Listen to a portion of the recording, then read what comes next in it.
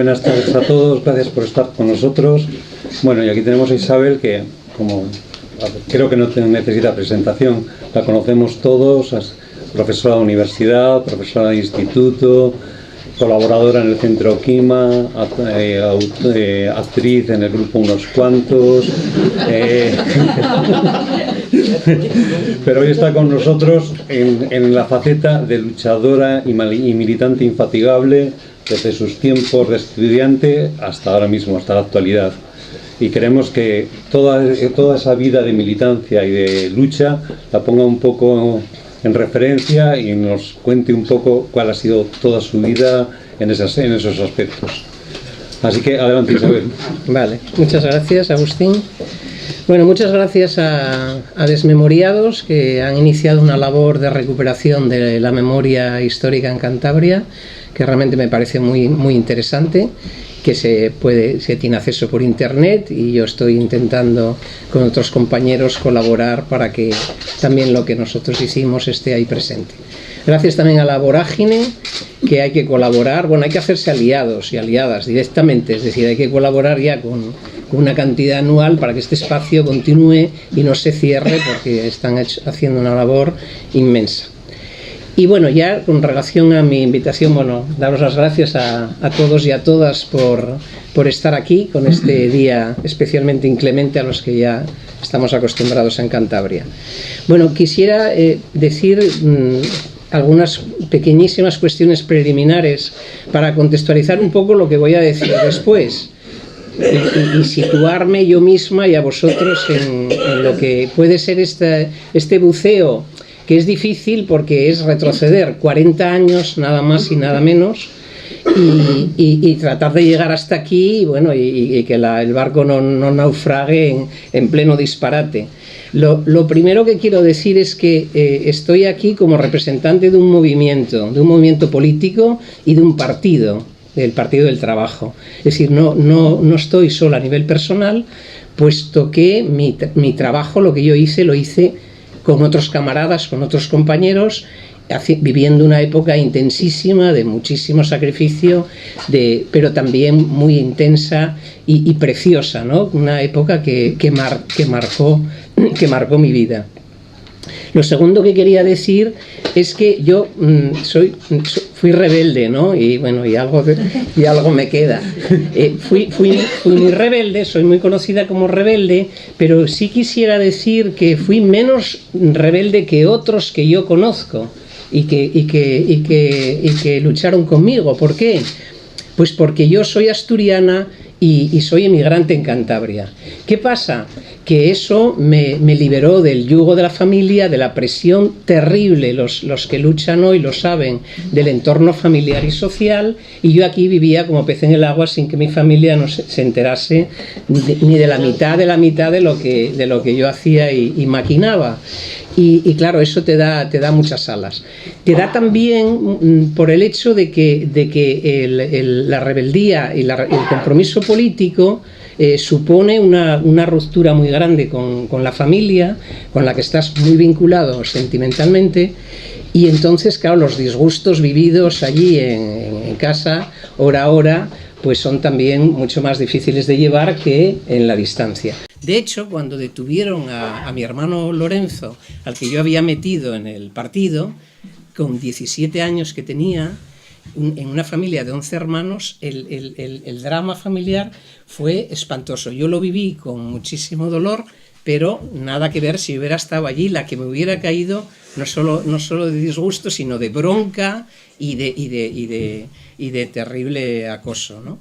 Y luego la tercera cosa que quería decir es que también yo soy una persona que me doy perfecta cuenta de que quizá por la notoriedad pública que he tenido, hay también que situarlo. Es decir, yo era la mujer pública en el sentido no bíblico de la palabra del partido. Quiere decir que todo lo que yo hacía y para lo que trabajaban otros muchos camaradas se hacía visible, porque era precisamente nuestro objetivo: visibilizar la lucha por la democracia, visibilizar la tiranía del franquismo, dar cuenta de sus crímenes, y en definitiva todo era a base de salir a la palestra y por la cara, en plena ilegalidad, ponerte en la calle.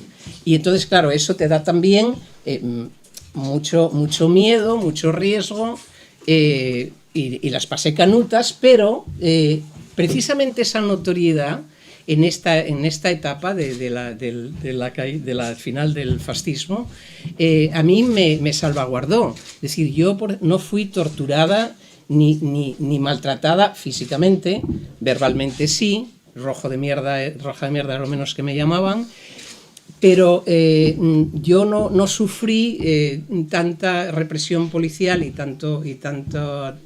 tantos castigos como otros de mis compañeros y otros muchos luchadores en contra del fascismo. Y bien, entonces, bueno, pues esas tres cosas quería decir para situarnos un poco en lo que yo pueda representar, ¿no?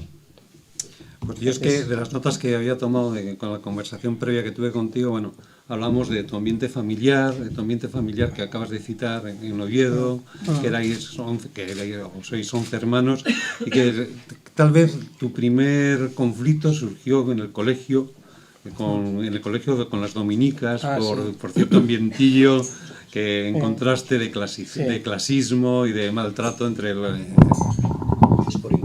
Sí, se oye. Bien.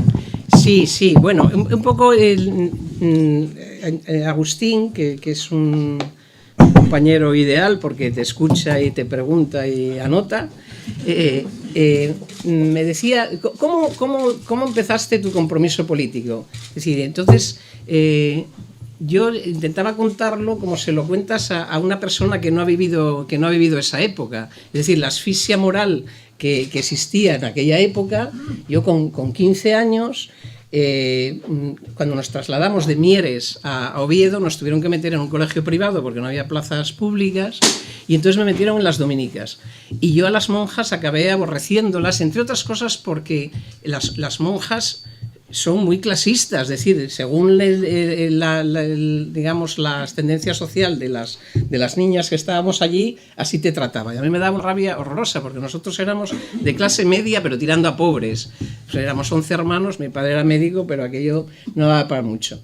Y entonces, bueno, la entrada un poco en el cambio de mentalidad fue primero a raíz de la doctrina social de la Iglesia, como muchos, ¿no?, con el socialismo cristiano, que me abrió a un mundo donde, bueno, la caridad que se practicaba tradicionalmente, del domum y de las cosas del ropero que hacía mi madre, me pareció que era una absoluta injusticia y una mentira en la que vivíamos. Porque ya, bueno, Juan XXIII y estos ya empezaron a decir que tenía que haber justicia, incluso justicia social para todos, es decir, que no solo era que los pobres dieran un poquito. Eso me abrió a un mundo. Pero el socialismo, vamos, la doctrina social cristiana muy, muy de lejos, porque yo enseguida entré un poco en la doctrina marxista y luego ya en el marxismo revolucionario, con lo cual lo de la Iglesia siempre muy lejos. Vamos poco a poco. Sí. Porque tú que pasan los años volando. Sí. Bueno, y además, entré en el ateísmo, tengo que decir, como Miguel Hernández, que me libré de los templos, sonreízme, ¿no?, con vuestras casullas y esas cosas, y he estado muy feliz desde entonces, liberada de ese yugo. Estás en el colegio y luego entras en la Facultad de Filosofía y Letras, donde empiezas a hacer, en el año 68, ¿no?, te matriculas en Filología Románica, ¿no? Sí, porque yo quería ser marino, hay que decirlo, ya que venís a escucharme, pero entonces las mujeres no podíamos. Luego entonces dije, bueno, vale, pues marino no se puede porque no es legal, pero entonces yo quiero hacer, dije, médico, que mi padre era médico, me gusta mucho la medicina. No, médico no puede ser, Isabel, porque no hay en Oviedo. Entonces las mujeres, las chicas en casa, tenéis que estudiar lo que haya en Oviedo. Los chicos sí, los chicos podían, de hecho tenía algún hermano estudiando fuera con gran esfuerzo, pero las chicas no, porque bueno, tú con que hagas una carrera, ¿a ti no te gusta leer? Digo, sí, bueno, y entonces elegí Filología Románica y la verdad es que he estado feliz y contenta con esa vocación. Entonces entré en la Facultad de Oviedo y ahí, bueno, pues inmediatamente en aquel momento en el año 67, ya había bastante movimiento en Oviedo, movimiento estudiantil, y entonces entré en el Felipe, en el Frente de Liberación Popular. En el Frente de Liberación Popular, bueno, pues era un grupo bastante importante de gente del sector de letras, por lo menos, los que yo conocía, y nos reuníamos allí. ¿Por qué ingresaste en el Felipe? Bueno, pues porque me convencieron mucho sus ideas. El Felipe era sobre todo, aunque habían participado en las huelgas mineras del 62, era un movimiento sobre todo de intelectuales, ¿no? Ignacio Fernández de Castro, bueno, allí pues leíamos los cuadernos del Ruedo Ibérico, oíamos embelesados los discursos de Fidel Castro, nos pasábamos los libros clandestinos, bueno, yo participé en aquello y empecé ya en la universidad con esta voz que me caracteriza, me mandaban, ala, tú a convocar las asambleas, tú a venga, a las aulas, bueno, hacer pintadas y tal, pero sobre todo yo en el Felipe viví muy bien porque hacíamos sobre todo una labor, la que yo hice en la universidad, cultural, ¿no? Hacíamos revistas habladas, íbamos con el Alberti, con el Blas de Otero, con Lorca, y hacíamos, de paso que leíamos los poemas, pues se hacía propaganda política. Y luego hicimos teatro documento con los crímenes de guerra de Vietnam, hicimos cosas como teatro comprometido y social, pues de cierto interés. Y luego estuve también haciendo la obra de un cubano, precisamente con Carlos Álvarez Novoa, que con La Noche de los Asesinos de Triana, que fue mi primer estreno fallido, porque no llegamos a estrenar, porque cerraron la Alianza Francesa y a Carlos Álvarez le deportaron y a nosotros nos mandaron para casa, bueno, ya muy fichados por la policía. Pero en el Felipe ahí estuve hasta que el Felipe se disolvió. Sí, porque el Felipe tuvo realmente una vida más bien breve. Sí, y a partir del hasta el 67. A partir de ahí ingresas o sigues militando en el Partido Comunista de España Internacional. Pero en el Partido Comunista de España Internacional. Aquí siempre me surge una pregunta. El Partido Comunista de España, el sector de W.S. Barruri, de Carrillo y tal, en esos años es el protagonista esencial de la oposición al franquismo. ¿Por qué os vais al Partido Comunista de España Internacional? Bueno, efectivamente, el Partido Comunista de España Internacional, el PCI, en el que yo milité, es una escisión del Partido Comunista de España de Carrillo, cuando ellos ya habían entrado en la fase de compromiso histórico, reconciliación nacional. Y entonces la escisión se produce porque este grupo que la organiza, que la forma, considera que el Partido Comunista de toda la vida había, digamos, abandonado la causa obrera en cuanto a la revolución, en cuanto a los grandes, digamos, ideales de la revolución socialista, y que estaban, bueno, entrando en un terreno, digamos, de socialdemocracia. Y entonces, ante eso, pues se forma el PCI. El PCI es un partido, bueno, minoritario, pero que, bueno, llegó a alcanzar bastante consolidación para ser, bueno, pues la organización comunista más importante ajena al PC. Porque hubo otros, estaba también el Movimiento Comunista, estaba también la Liga Comunista Revolucionaria, pero el Partido del Trabajo yo considero que tuvo mucha más raigambre y mucha más incidencia de masas que otras organizaciones radicales de la izquierda, pero que fueron más minoritarios. Porque el PCI fue el embrión del Partido del Trabajo. Del Partido del Trabajo, efectivamente. El PCI fue el embrión del Partido del Trabajo. Yo estuve desde el 67, o sea, cuando se disolvió el Felipe, hubo un grupo de universitarios que dijeron vamos a estudiar porque esto se ha disuelto y hay que analizar, y otros que dijimos, vale, hay que estudiar, pero a la vez hay que hacer, porque aquí el fascismo sigue matando gente, los obreros están ahí machacados, y esto no se puede aguantar, y entonces yo me fui con los de la praxis, y los otros se quedaron en la teoría. Muchos de ellos fundaron el movimiento comunista. Y entonces, bueno, con el PCI pues ya me cambió bastante la vida, porque de estar en las revistas habladas y tal, pasé a, recuerdo así haciendo memoria, recuerdo que el primer cometido que me dieron fue ir a recoger la propaganda que venía de la cuenca minera, venía el Mundo Obrero Rojo, pero en unos sacos de este tamaño, para llevarlo a Vilés, que era donde había otro núcleo del PCI. Y entonces yo iba allí a la iglesia y había una señorina allí con su velito y tal, como muy paisana de toda la vida, y ella se levantaba y allí se quedaba el saco. Entonces había que tirar del saco, ir al alza y llevarlo hasta Avilés con un miedo cerval, porque la policía secreta infestaba las estaciones. Y luego eso fue lo que le encargué a mi pobre hermano Lorenzo, el saco de propaganda del PCI. Bueno, bueno, el PCI yo estuve en las llamadas Juventudes Universitarias Revolucionarias, que luego derivaron en la Joven Guardia Roja, pues 2 años militando hasta que terminé la carrera en el 71. Y en el 71 es cuando vienes a Cantabria. Eso es. Y entonces empiezas en el IES Besaya, ¿no? Sí. Y además a mí hay una cosa que me llama mucho la atención, que durante esos años, va a haber 3 o 4 años, que vas a ser la única militante que hay en Cantabria del Partido del Trabajo de España. La única. Sí, la soledad del corredor de fondo. ¿Cómo te las arreglas? Te puedes imaginar. ¿Cómo hacías? ¿Cómo te las Pues cómo me las arreglo. Bueno, yo yo vine aquí por cuestiones de trabajo, porque en el 71 ya en Asturias había un paro de profesores considerable, y aquí había trabajo porque estaba en ese momento en expansión. Se había inaugurado el Instituto Besaya, que era para chicos, y dejaban el Marqués de Santillana para chicas. En estos tiempos estamos hablando. Y entonces un compañero mío de facultad que me conocía me vio la bolsa del paro de entonces, que al lado de la de ahora, imaginaos, es como una broma. Y entonces digo, Isabel Tejerina, la conozco. Me llama y al día siguiente había que venir.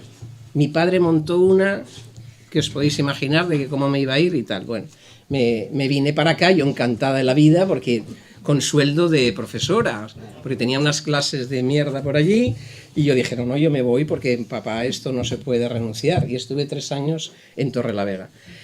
¿Cómo me arreglé? Bueno, a mí me seguían pasando propaganda, yo seguía haciendo circular El Mundo Obrero Rojo a quien se dejaba, porque encima había que comprarlo. Y entonces, bueno, le pasabas la propaganda clandestina, recogíamos algunas firmas, pero bueno, muy sola y conectada con Asturias y con Valladolid. Y venía un cuadro que se llamaba así. Los cuadros eran la gente más formada de los partidos, y era el que te iba, digamos, formando, asesorando y dándote consignas. Y sobre todo me dediqué a la lucha de los profesores no numerarios. Y acabé siendo, bueno, representante de los PNNs en la coordinadora estatal, y por esa lucha, aunque ya se sabía que era roja, pero no estaba todavía desenmascarada del todo, no lo sabían del todo, salvo alguna gente, pues me echó del instituto el director. Y me echó de un día para otro, vamos, empezaba el curso y dice, no te voy a renovar el contrato, porque estabas organizando las huelgas y me revuelves aquí el cotarro y ya está. Y gracias a que mi jefe de departamento me apreciaba como profesora, porque yo he estado trabajando, militando y trabajando toda la vida, entre otras cosas porque me gustaba mucho dar clase y porque lo necesitábamos, pero bueno, me dejó en la calle de una manera ignominiosa. O sea, fue una represalia profesional bastante importante, con la suerte de que gracias al informe de este catedrático aparecí en magisterio, que también necesitaba gente, y no sabían quién era, y me contrataron. Y luego, menudo gol que nos ha metido esta tía. Dijeron, pero si esta está fichada, pero si está... pero ya estaba dentro, y afortunadamente el director de entonces, no el de después, que vino después, el que me había echado, pero el que estaba entonces, la verdad que me apreciaba y me amparó bastante, porque cuando tuvimos que escapar, un tiempo que estuvimos en orden de caza y captura y tal, él me amparó lo que pudo, porque creía en mi integridad. Era así. Estamos hablando y era de derechas, ¿eh? Del año 74. Hablamos efectivamente. 74. Yo llego aquí en el 74. O sea, estuve 3 años en Torrelavega, entonces llego al 74 a Santander. Entonces, al llegar a la capital del reino, a la capital de la provincia, entonces el partido toma la decisión de traer a un cuadro, de importar un cuadro de Valladolid, que era Agustín Gómez Acosta, que era una persona formadísima, mucho más de lo que estaba yo, para venir a organizar el partido en Santander. Partimos de cero. partimos de cero. Y aquí es donde tomáis dos caminos, que por un lado intentáis manteneros tú en la universidad, con los estudiantes y tal, y luego otro sector del partido que intenta integrarse en lo que es el movimiento obrero, ¿no? Sí, bueno, ahí yo creo que el gran fichaje fue Churiaque. O sea, nosotros éramos 3, estaba Peláez también, que estaba en la lucha de la alfabetización de los gitanos, Agustín y yo. Y entonces Churiaque, que era un delegado de la Facultad de Físicas muy reconocido, y que estaba todo el mundo a ver si le fichaba, el Partido Comunista también, y él se decantó por nosotros, y entonces, bueno, Churiaque, como todo el mundo sabe, es mi marido y ha sido la lotería de mi vida, entre otras cosas, no solamente por la cosa sentimental, sino porque Churiaque tiene un compromiso militante de alegría, es decir, en lugar de ser el comprometido, resentido, amargado, que está todo el día dándote el sermón, él es vitalista y entonces él, bueno, pues se imprime a la lucha como Benedetti, ¿no? Es decir, de defender la alegría como una trinchera, ¿no? Defenderla del caos, de las pesadillas, ¿no? De la ajada miseria y de los miserables.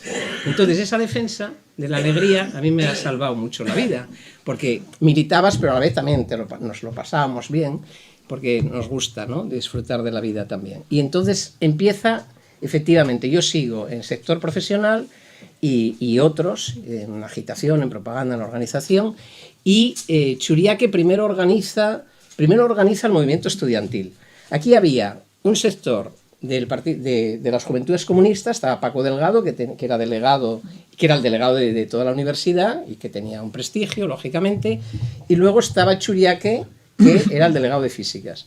Y Churiaque, estamos hablando de unos años en los que la vida iba a una velocidad de vértigo, porque hablamos del 74 y claro, y en el 75 ya estaba organizada la Joven Guardia Roja, y en el 76, y la Asamblea Democrática de la Juventud, y el Sindicato Democrático de Estudiantes.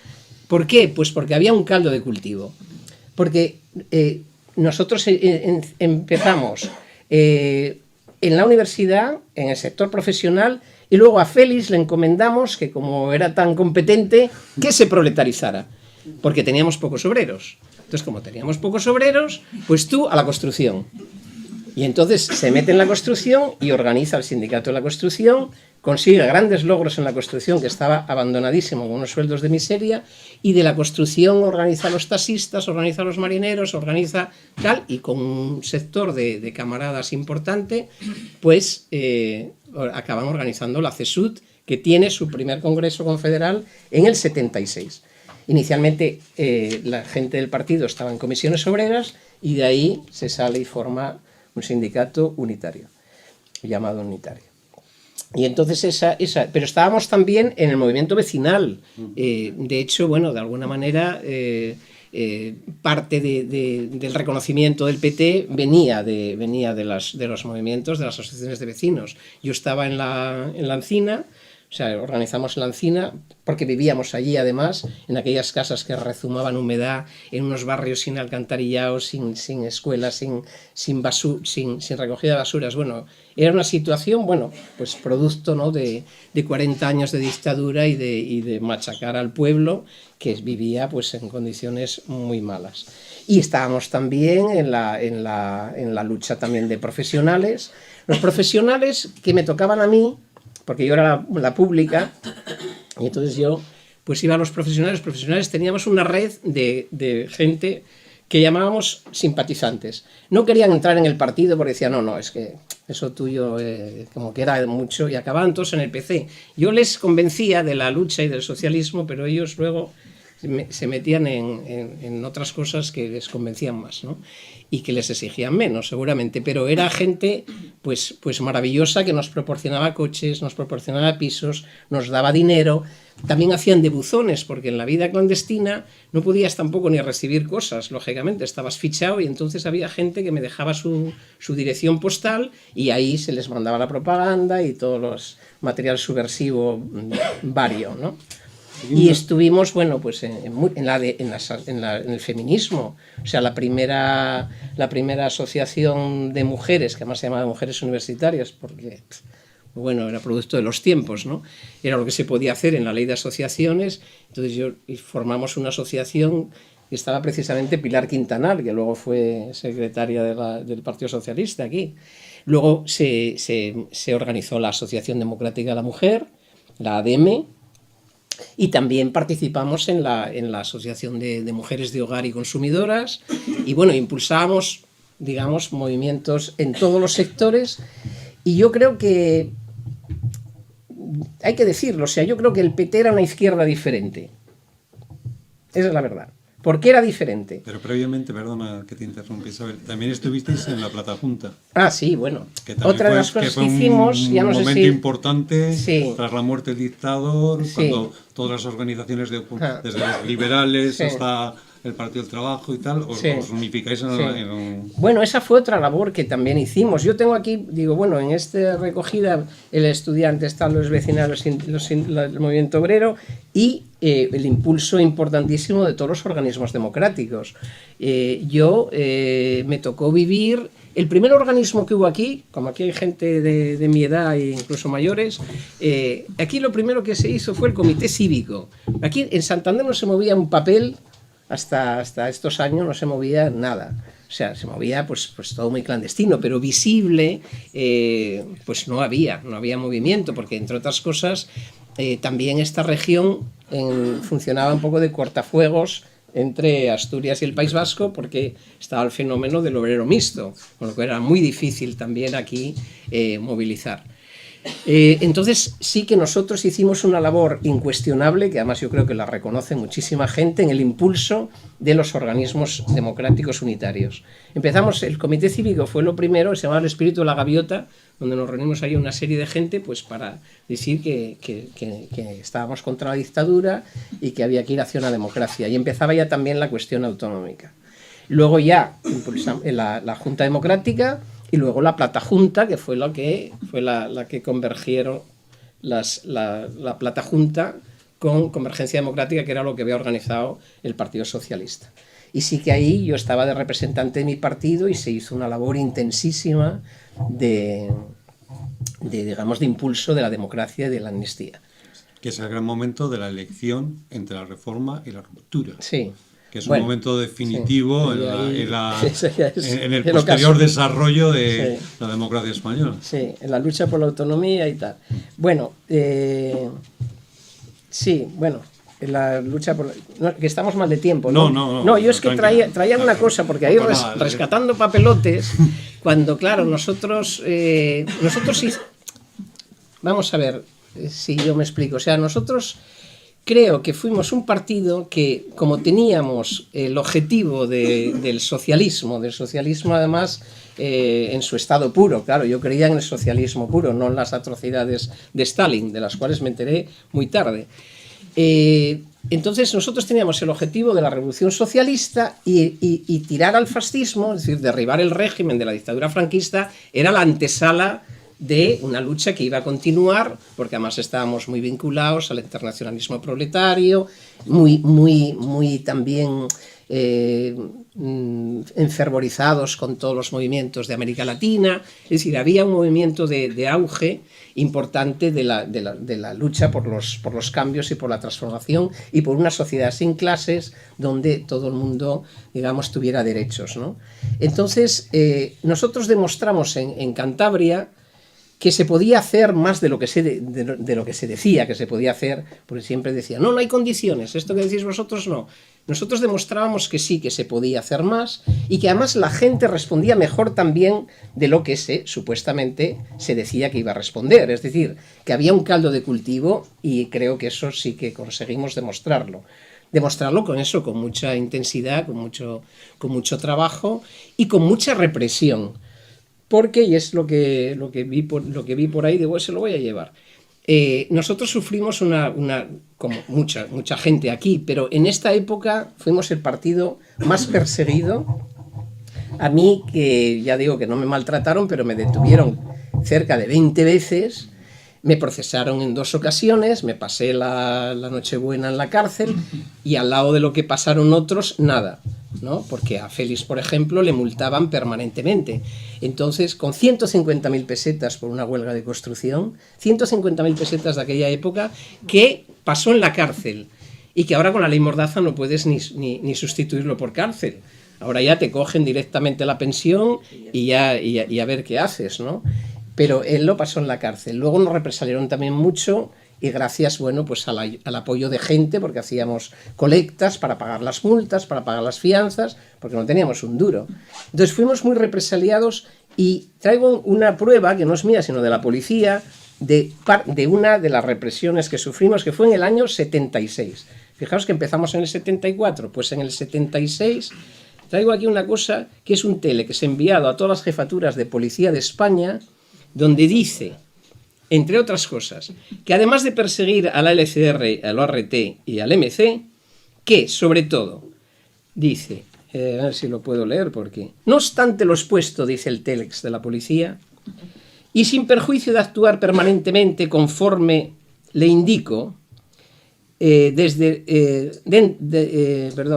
los grupos y organizaciones mencionados, y se refiere a estos que he dicho, es obvio que en la actualidad el Partido del Trabajo, con sus filiales ADJ, JGR y SDU, o sea, Joven Guardia Roja, Sindicato Democrático y Asamblea Democrática, están dando pruebas de un mayor activismo y proselitismo, es decir, de captar gente, lo que hace que se deba iniciar con carácter preferente una vasta operación para su desarticulación.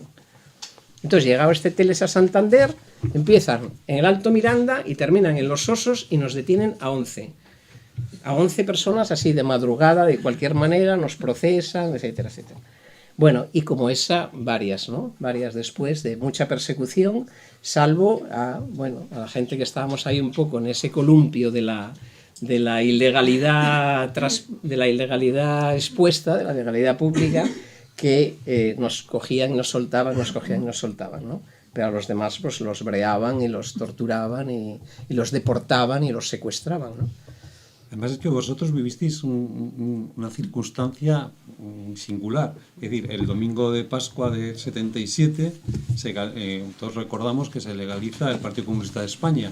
En cambio, vosotros, el Partido del Trabajo de España, la Liga Comunista Revolucionaria, el Movimiento Comunista, no sois legalizados. Os presentáis a las elecciones en junio, pero no podéis presentaros con vuestras siglas. Efectivamente. Sí, bueno, ahí empieza el proceso de la llamada transición, donde nosotros teníamos el objetivo de derribar al régimen, tratando, digamos, de que la democracia fuese lo más profunda posible y que las condiciones de vida de los trabajadores que habían luchado tanto por esa democracia mejorasen. Entonces ahí empezó, lógicamente producto de las ideas y de las trayectorias, la gran división. Nosotros abogábamos por la ruptura y otros empezaron entonces a hacer el pacto de la reforma y el pacto de la transición. Luego por eso ahí quedó como que esto lo habían hecho 4 generales que habían cambiado de idea y que Suárez había traído la democracia a España, ¿no? Entonces, nosotros seguíamos con el objetivo de esa ruptura y nuestra meta era la huelga general política, además de difundir con unas intensísimas campañas de agitación y de propaganda las libertades democráticas y la petición de amnistía. Entonces, en esa actividad de propaganda, antes me lo decía un señor que está ahí, que ha tenido la amabilidad de venir, nosotros, estábamos permanentemente haciendo, panfletos con vietnamitas, difusiones masivas de hojas y, tratando de que aquello no entrase en el camino de la reforma. Hay alguna anécdota que luego, si quieres, os la cuento con el tema de la propaganda. Y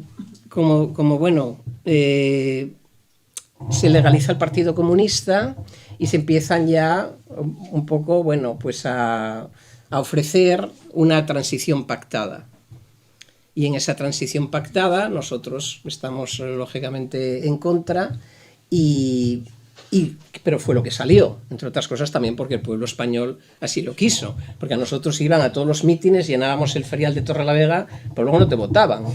O sea, en las municipales sí, porque ya es otra cosa, pero en las generales fuimos ilegales, pero a pesar de, aún siendo ilegales, nos conocían y tampoco tuvimos mucho resultado electoral. Ya se sabe que la lucha va por un lado y también los resultados electorales por otro, en buena parte, pero en definitiva nosotros ahí perdimos la batalla de la ruptura.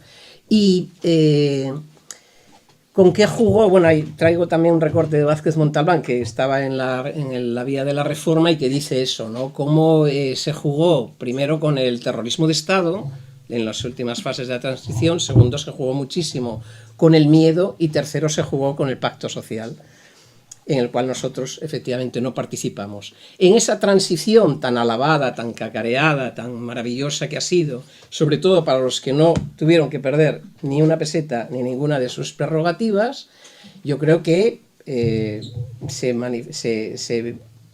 la izquierda tradicional, Partido Socialista y Partido Comunista, no lucharon suficientemente para, primero, que no se impusiera la monarquía, como se hizo, es decir, que no hubiera ningún tipo de referéndum ni de plebiscito para poner al rey que había designado Franco. Segundo, que no se hiciera ninguna restitución a las víctimas tanto de la guerra civil como de la terrible posguerra, donde hubo tantísimos sacrificios, que tampoco, y que todavía estemos con lo de las fosas comunes, que la ley de amnistía fuera vergonzosa. La ley de amnistía del 77 a nosotros nos liberó de nuestros procesos pendientes, de los procesos políticos, a nosotros y a todos los represaliados del franquismo, pero amnistió y no castigó en absoluto, ni siquiera les quitó de los puestos a todos los criminales, a todos los torturadores del franquismo, que donde estaban siguen. Ni uno solo fue procesado. Incluso gente, bueno, pues ni Billy el Niño. O sea, es que una cosa tremenda. O sea, se amnistió a todos. ¡Hala! Venga, tirios y troyanos, todos blancos y negros, aquí todo el mundo. Todos amnistiados. ¿Qué tiene que ver? Amnistías, si hay efectivamente una democracia. Y luego, y ya lo último, fue el pacto social. Es decir, el pacto social que supuso, bueno, el referente básico serían los pactos de la Moncloa, pero que supuso digamos, pactar unas condiciones mínimas que dejaron realmente desangeladas necesidades y exigencias que estaban en el candelero y por lo que la gente había luchado mucho, y además empezó la desmovilización general y el sindicalismo de gestión, no el sindicalismo de lucha, y de aquellos lodos, o de aquellos como era, estos lodos. Y así hemos estado todos estos años, ¿no? Eso es como nosotros lo vemos desde nuestra óptica, claro. Pero bueno, creo que en cierta medida también parte de lo que nosotros decíamos se está revelando como que teníamos algo de razón. Después de las elecciones del 77 os presentáis ya con vuestras siglas, ¿no?, a las elecciones municipales las primeras elecciones municipales democráticas en el año 79, y en la ciudad de Santander consigue la concejalía, siendo la única concejal de capital de España aquí, y además en un ayuntamiento especialmente compartido, porque había gente del PC, gente del PRC, del PSOE, de la UCD y la Agrupación Independiente de Derechas, me parece que, si no recuerdo mal. Obtuviste 4.686 votos y, bueno, ahí ¿cómo fue tu experiencia como concejala y cómo fue la relación que tuviste con los otros grupos de izquierdas? Bueno, decir que aquí en el año 79 el Partido del Trabajo y la URT se unieron en un único partido, que fue el Partido de los Trabajadores, que fue un matrimonio efímero y poco avenido, a pesar de que nuestro ideario era muy similar, pero ya se sabe que es difícil unir a la gente, pero los partidos es muchísimo más complicado. Duró poco esa unión porque, bueno, había muchas diferencias luego en la práctica, en la manera de concebir las cosas, y más allá de las cosas que tuviera la cúpula, el caso es que aquello no funcionó mucho, pero lo cierto es que nosotros unimos nuestras fuerzas y donde había más presencia de una organización, se presentaba esa organización, y donde no, se presentaba la otra. Aquí está, como está aquí Marta Peredo, me puede corroborar. Entonces en Torrelavega, por ejemplo, se sacaron 2 concejales, que eran de la ORT, era Gruber y Morante, y aquí se consiguió efectivamente un concejal que era una pica en Flandes, en Santander, sacar una concejalía, y estuvimos a punto de sacar 2. Entonces, ¿cómo fue lo de la llegada al ayuntamiento? Bueno, en primer lugar, yo creo que fue un reconocimiento del pueblo de Santander a una lucha que habíamos llevado. Eso está claro, porque claro, votar a un partido radical y de izquierdas, bueno, pues no es fácil en esta ciudad, pero bueno, se consiguió con ese apoyo, y además se mantuvo ese apoyo de la gente, ¿no? Y luego, en el propio ayuntamiento, lo que pasó, bueno, la primera gran decepción fue que el PRC se abstuvo y salió Ormachea de alcalde, cuando teníamos un pacto, todas las fuerzas de izquierda, para que saliera el candidato el número 1 del Partido Socialista, que hubiera sido un poco mejor, creo yo. El caso es que salió Ormachea. Bueno, un escándalo terrible, pero ahí quedó la cosa. Y luego, mi vida en el ayuntamiento, los 3 años y pico que estuve, estaba a punto ya de terminar la legislatura cuando Ormachea planteó mi cese, pues fue bastante difícil.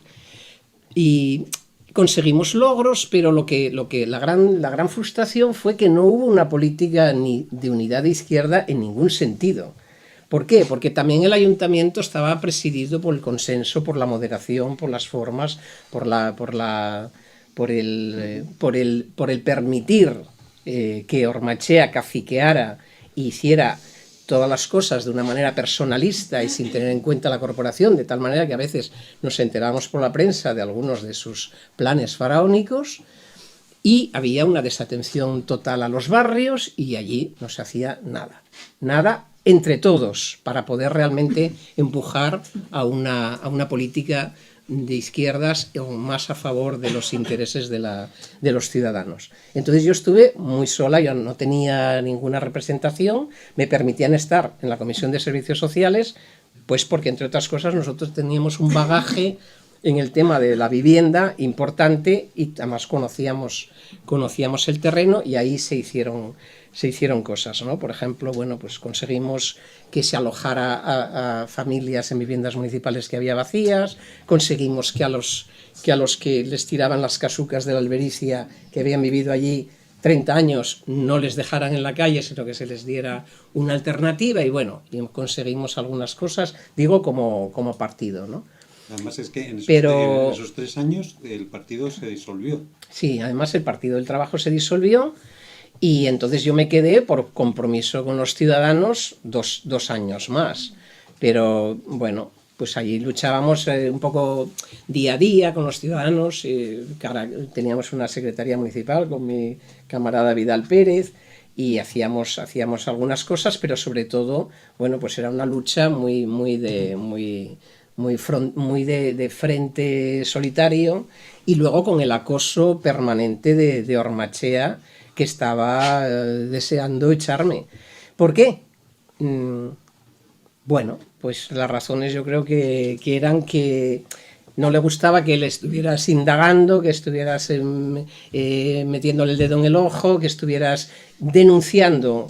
Ya cuando pide el cese es porque, entre otras cosas, yo había conseguido que la prensa ya me hiciera algún caso, ya sabemos cómo es la prensa oficial, y entonces él estaba haciendo adjudicaciones directas de obras por muchos miles de pesetas, y entonces yo lo denunciaba en los plenos y la cosa seguía, hasta que ya la prensa se empieza ya a interesarse, y entonces él tiene que responder y decir, no, es que lo adjudico de manera directa, cosa que es imposible hacerlo así, más allá del nepotismo, porque como no van a cobrar de inmediato, porque esto va para largo, pues entonces a estas empresas que son amigas, que son de confianza, se lo adjudico, ¿no? Pero entonces no le interesaba que le hicieras una oposición real, ni que intentaras decir a los ciudadanos si tenías tú razón o él. Y hasta tal punto, no sé si hay tiempo, era el acoso de Ormachea era hasta tal punto, y también el silencio allí, ¿no?, de los demás, que hubo dos querellas criminales que me planteó el juzgado Ormachea, que os voy a contar para ver qué opináis. La primera fue el 23F. Llega el 23F, bueno, nosotros, claro, tenemos que volver a las catacumbas y a ver qué pasa. Fuimos, además, Félix y yo, los primeros de la lista negra de los posiblemente fusilables en Santander, como sabéis, seguidos de otros muchos, y además con el pánico de que estos son capaces de hacerlo, ¿eh? Oye, porque habían matado a Yolanda González hacía nada. Y entonces, bueno, sale el 23F, y luego cuando ya, bueno, se recompone el asunto, pues llega Ormachea al Pleno con la pretensión de que se nombre Premio Nobel de la Paz a Juan Carlos de Borbón. Bueno, así, de golpe. Bueno, entonces yo digo, no, bueno, yo manifiesto mi oposición. Ya está esta. Porque el rey no ha hecho más que cumplir con su deber. ¿Qué otra cosa iba a hacer? Cumplir con su deber constitucional. Ah, sí, ¿lo mantiene usted, señora Tejerina? Sí, lo mantengo. Muy bien. Querella criminal. Llego al juzgado y me dice el juez, usted ha querido insultar y ir contra la monarquía y un delito de lesa majestad y no sé qué. Digo, no. Yo he dicho esto y usted lo mantiene. Digo, sí. Pues está bien. Claro. Pone en libertad. Lógico. Y la segunda ya fue otra de este estilo. Llega al Pleno cuando han matado a aquellos pobres 3 chavales en Almería, que asesinan a 3 chicos jóvenes porque los confunden con ETA, que ya es delito, ¿eh? Porque te confunden con ETA, te pegan 3 tiros. Entonces yo, en el Pleno, bueno, claro, había una conmoción en la ciudad terrible, ¿no? Porque era un crimen, claro, en el año 81.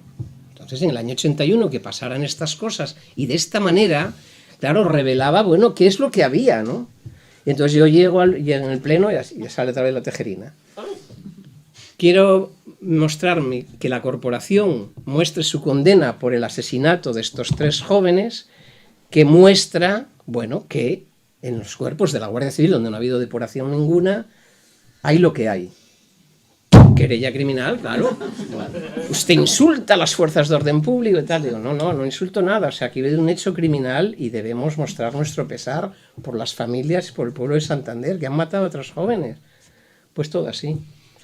Y el enfrentamiento con Ormachea al final acaba con tu expulsión, sí, del ayuntamiento. Cuéntanos un poco cómo se fraguó, en qué se basó y cómo utilizó la ley a su favor. Bueno, sí, el tema del cese. Bueno, nosotros, os he traído también este papelín, que estamos los de... Por aquí hay mucha gente del partido, muchos amigos de esa época. Bueno, nosotros llevamos, con el tema de la vivienda, que es un derecho constitucional básico, pues llevábamos una lucha, tanto en el ayuntamiento como fuera. Hicimos un plan que, bueno, que estaba bien hecho, porque entre otras cosas, aparte de nuestro esfuerzo, yo visitaba a arquitectos progresistas de aquí de Santander, les pedía asesoría, tomaba nota, y yo decía, por ahí vas bien, tal. Tenía también un contacto en la delegación de vivienda de un tipo maravilloso, no me acuerdo cómo se apellidaba, pero se llamaba Valentín, eso sí que me acuerdo. Y entonces le íbamos presentando un poco lo que íbamos componiendo para hacer un plan serio de vivienda social, y en este había tanto suelo, que habíamos buscado aquí y allá, en el polígono de Cazoña sobre todo, como financiación, de dónde tenía que salir y tal.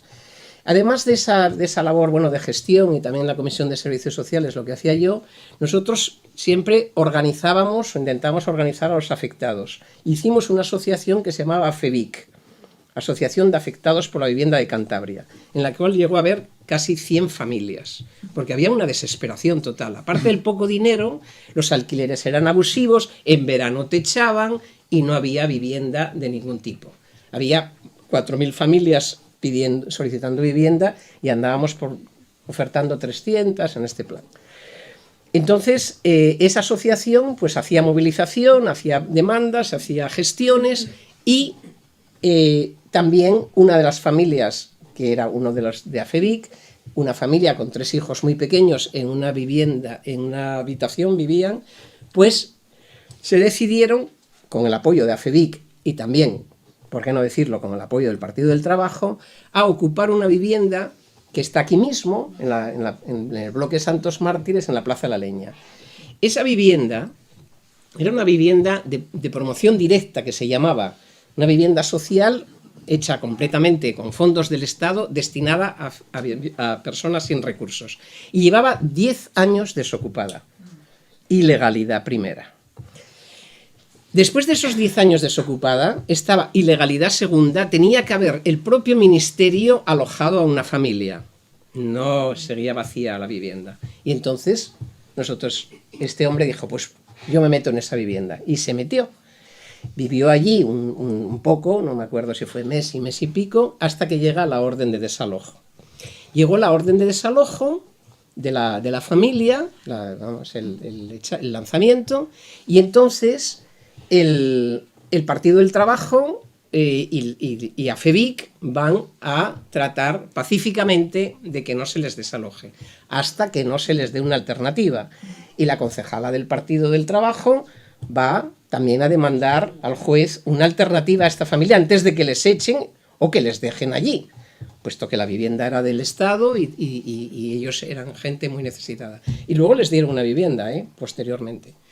Pero bueno, el caso es que llega la policía y allí lo de siempre. Estos entraban a saco, rifirrafe, nos bajan a empellones por la escalera y bueno, y hay ahí un escándalo tremendo porque además nosotros habíamos convocado, había mucha gente en la plaza y entonces bueno, pues tremendo. Hay un desalojo muy violento y nos acusan nada menos que de sedición.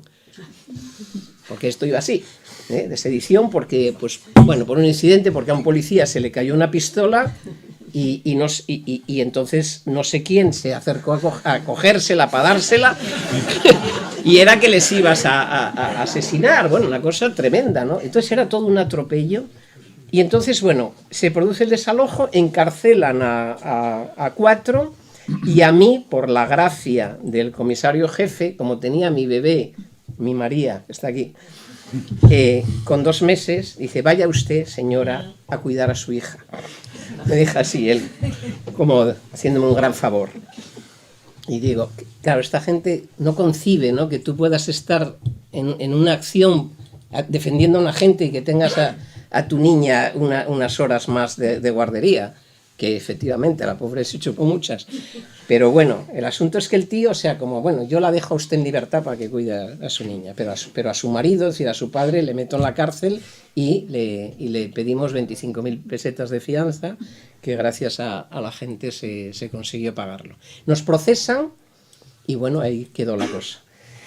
Y a los 2 años y pico hay una sentencia y entonces Ormachea se entera, y además se entera porque me pregunta, y yo, ingenua de mí, porque además teníamos muy poco dinero y muy poca asesoría jurídica en aquella época, Darío, muy poca.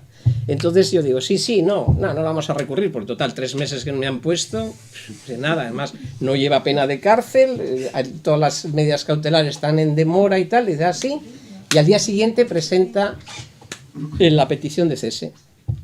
Y entonces, bueno, toda la corporación alucinada, porque digo, no, pero si esa sentencia, si no se ha ejecutado, ¿pero cómo vas a tomar esa decisión? Está todo el mundo en contra. Todo el mundo. Porque además si quedaban 3 meses y no, esta señora se tiene que ir de aquí porque está engañando a los ciudadanos, bueno, venga a calumniar, venga a difamar.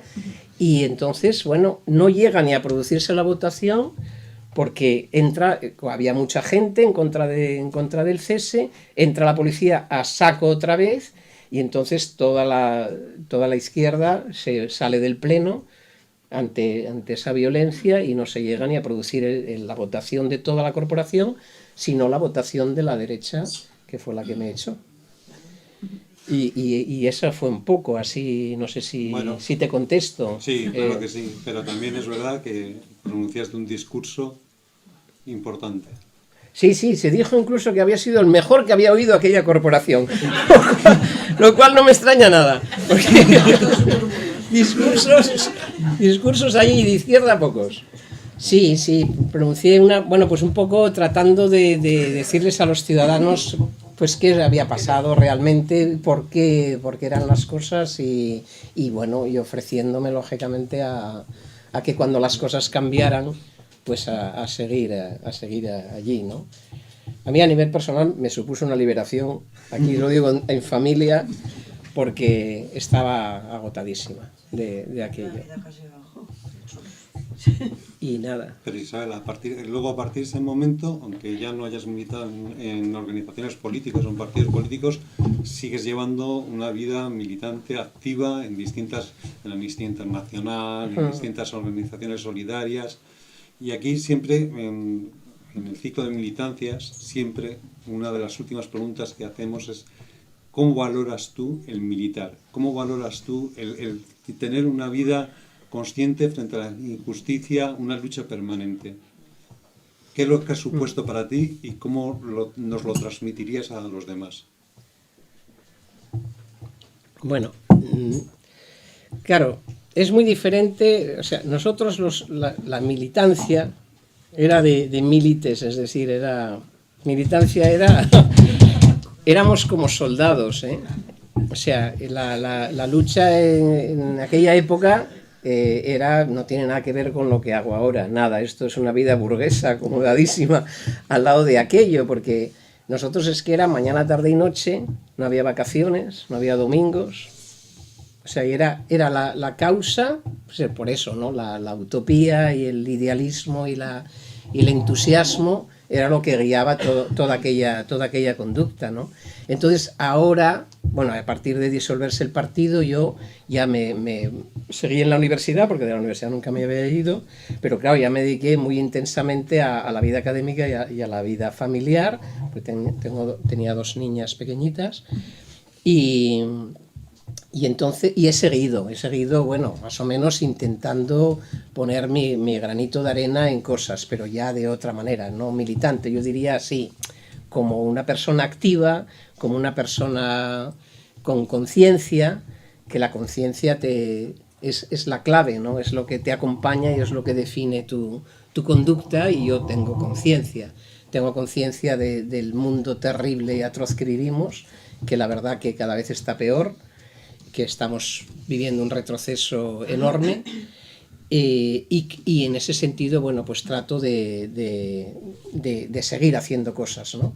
Pero ya no tengo, hay que decirlo, para los activistas y la gente comprometida, claro, no tengo ya ni la energía que tenía entonces, ni el entusiasmo, porque no tengo un modelo social alternativo.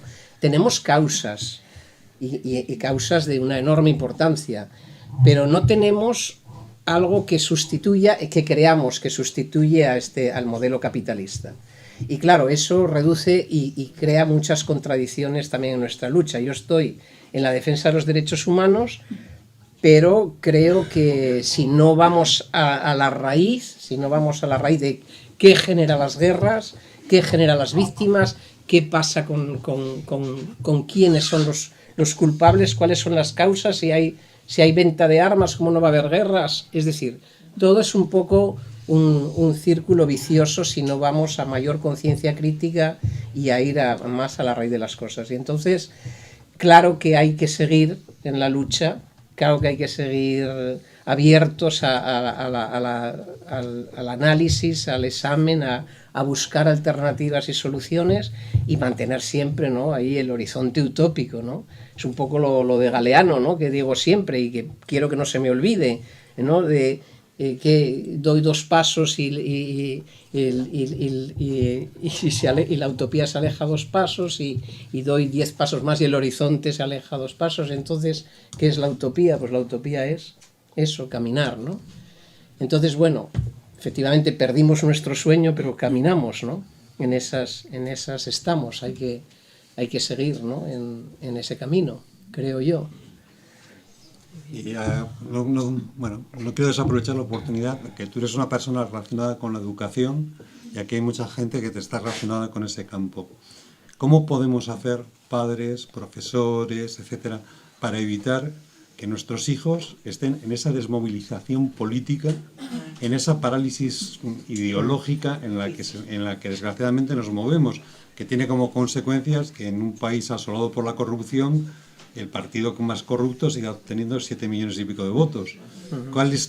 ¿Cómo lo ves tú? ¿Cómo podemos intentar, como educadores, como profesores, etcétera, etcétera, inculcar a los chavales ese deber ético? Pues con el ejemplo, como decía.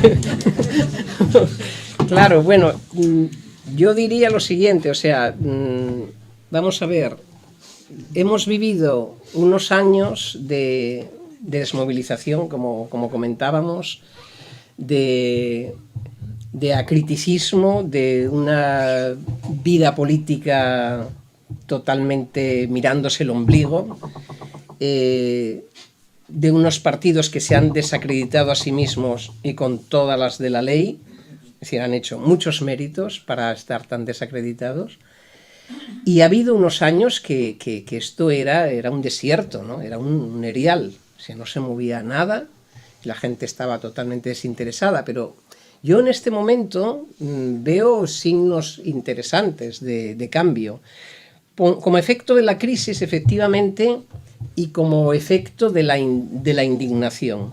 Y hay que decir que han sido los ciudadanos con sus plataformas, la plataforma contra afectados, la plataforma contra preferentes, la plataforma contra exclusión sanitaria, han sido ciudadanos anónimos en los que indudablemente hay gente también de partidos. Yo me meto, o sea, yo critico, diagnostico o intento, califico con mis opiniones y con mi responsabilidad a los dirigentes, a las estructuras. Luego otra cosa son los militantes, ¿no? de esos partidos o los que pertenecen a esos partidos donde hay gente, algunos conozco, muy valiosos.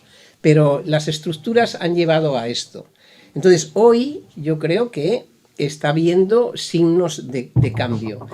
Es verdad que el movimiento de indignados, el movimiento 15M, tiene unos techos, o sea, yo no comulgo exactamente con los planteamientos de unos ni de otros, pero creo que es muy interesante que en este momento haya gente que está entrando en la política.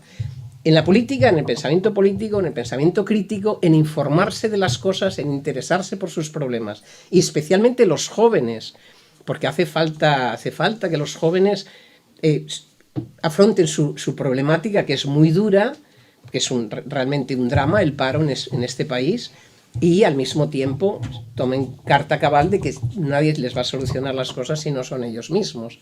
Entonces creo que los signos en este momento de participación de nuevos sectores, especialmente de jóvenes, es muy, muy positivo y yo lo saludo con una enorme alegría, fuera de diferencias, de reticencias o cuestiones formales. A mí me parece una cosa muy importante y que ha surgido no de los partidos políticos, sino de la propia ciudadanía, que al final acabará formándose lógicamente como un partido político. Pero creo que en ese sentido nuestra labor es efectivamente seguir en ello, es el ejemplo, es seguir abiertos, buscando respuestas a preguntas que siguen siendo las mismas, ¿no? Muy bien, pues nada, aprovechando las preguntas, hay aquí algunas preguntas, algunos de los asistentes, ¿queréis hacerle alguna pregunta a Isabel? Comentar cualquier otro aspecto, por supuesto.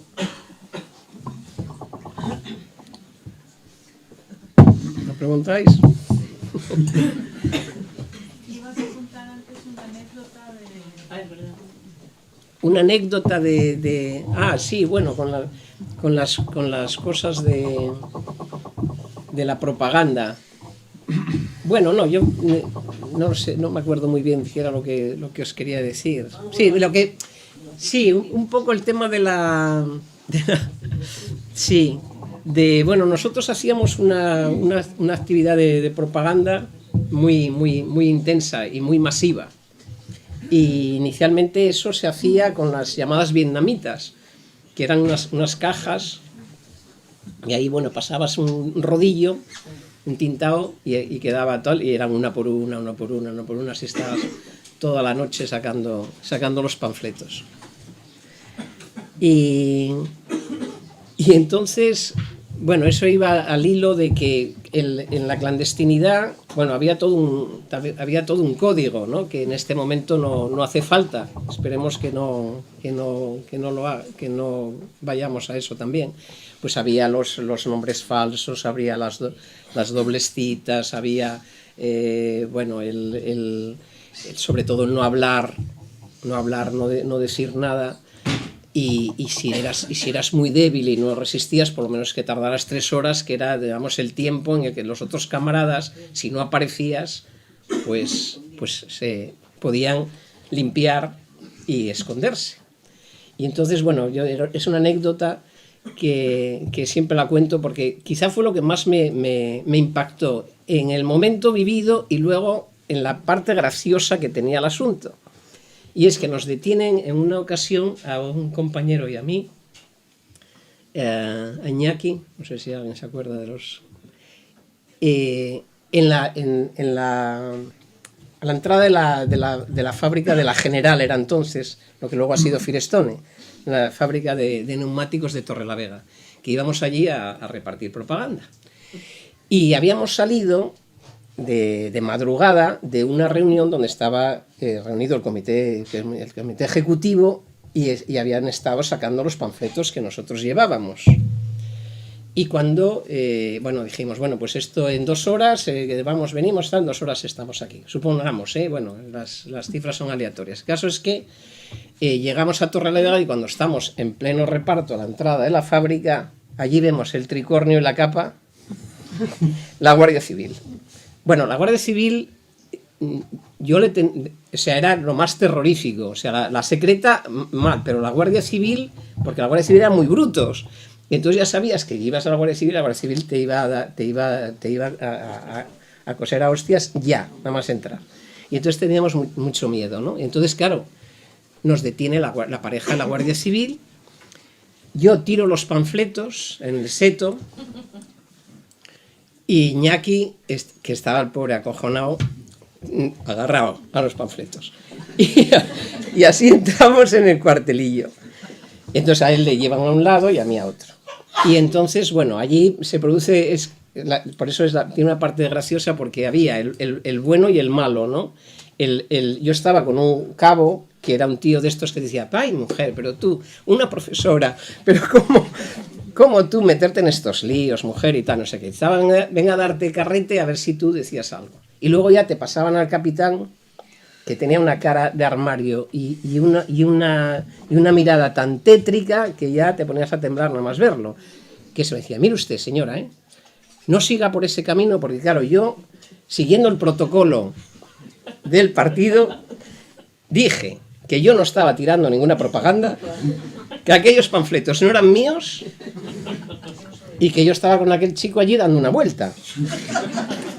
Entonces, claro, el capitán dice, como si usted, bueno, quitármela de en medio a esta mujer, porque tal, y volvían otra vez al interrogatorio, y así, bueno, pasé un miedo horrible.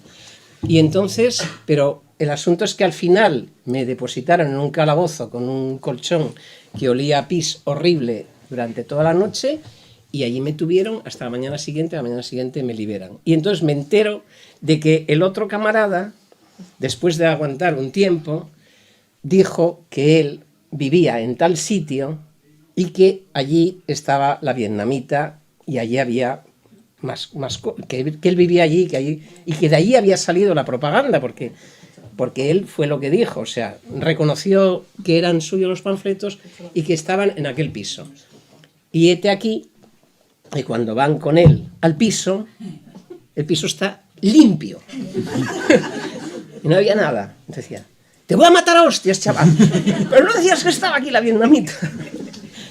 Dice que estaba. Que estaba. Entonces ellos se habían limpiado el piso porque había esa norma de seguridad de que si no llegábamos algo había pasado, y efectivamente eso había pasado. Entonces eso es lo que te decía de la parte, bueno, en fin, divertida después de años del tema, ¿no? Yo te voy a preguntar una cosa, yo todo esto que has dicho no lo he vivido, ¿no? Pues he estado fuera. Y cuando en el año 82 ya cambió todo, tu vida y la vida de tus compañeros y todo eso, ¿cómo ¿Qué cambio notasteis? Ah, bueno, pues hombre, vivir bastante más tranquila, Tranquila, desde luego. Resacas, Sí. ¿viste? No, bastante más tranquila y bueno, como digo, bueno, pues en la universidad se trabaja mucho, me dediqué mucho a, bueno, a docencia, a investigación, y luego también hicimos cosas en la universidad que, bueno, siempre en esa contradicción que digo, ¿no?, de la limitación del discurso de derechos humanos, que, bueno, hicimos con mi amiga Mila, precisamente, que está ahí, hicimos una asociación que se llama Universidad y Solidaridad, donde además de hacer una recogida del 07 de las nóminas de los profesores, pues hacíamos también algo de labor de conciencia crítica de por qué las causas de su desarrollo, de la pobreza. Trabajábamos, bueno, entre estudiantes, profesores y personal de servicios. Hicimos allí un colectivo que, bueno, que tuvo su interés, también sus limitaciones, por eso que digo, que ya no es el asalto a los cielos, sino una cosa más limitadita, pero bueno, que hicimos ahí labor. Y entonces sí, yo siempre, claro, tengo muchas ocupaciones. De hecho, ahora estoy jubilada y digo, no sé cómo da tiempo a trabajar, porque no paras tampoco, ¿no? Hay muchísimas cosas que hacer. Y ahora estoy como decía Agustín, en Libres, en una asamblea que hay aquí por los derechos y las libertades, que cada vez está más necesario el defender y el resistir y el rebelarnos contra todo lo que está pasando, también en ese marco de cada vez recortarnos más la democracia, que ya está bastante descafeinada de por sí.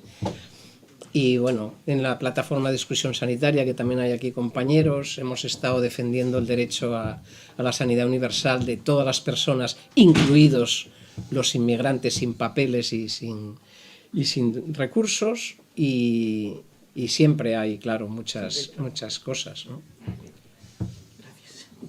Gracias. Roberto. Yo no conocía a Isabel en el combate porque yo vivía en Barcelona en la época del combate y conocí a Isabel en Castilla-La Mancha, exactamente, pero quiero subrayar una cosa que ha salido, que quizá ha quedado un poco... Yo estaba en la trinchera de los mayoritarios. Tengo que decir que tus compañeros eran unos tocahuevos, o sea, bueno, ya fuera de sectarismos y todo eso, visto con los 30 y tantos años, pero que el volumen político de Isabel, está dicho a la pregunta de Agustín. Fue la única concejal del Partido del Trabajo en capital de provincia en 1979.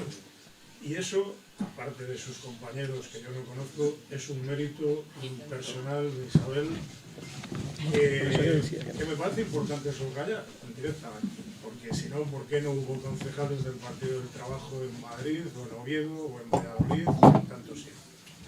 Y dos, en uno de los combates que estamos ahora es en el tema de los refugiados.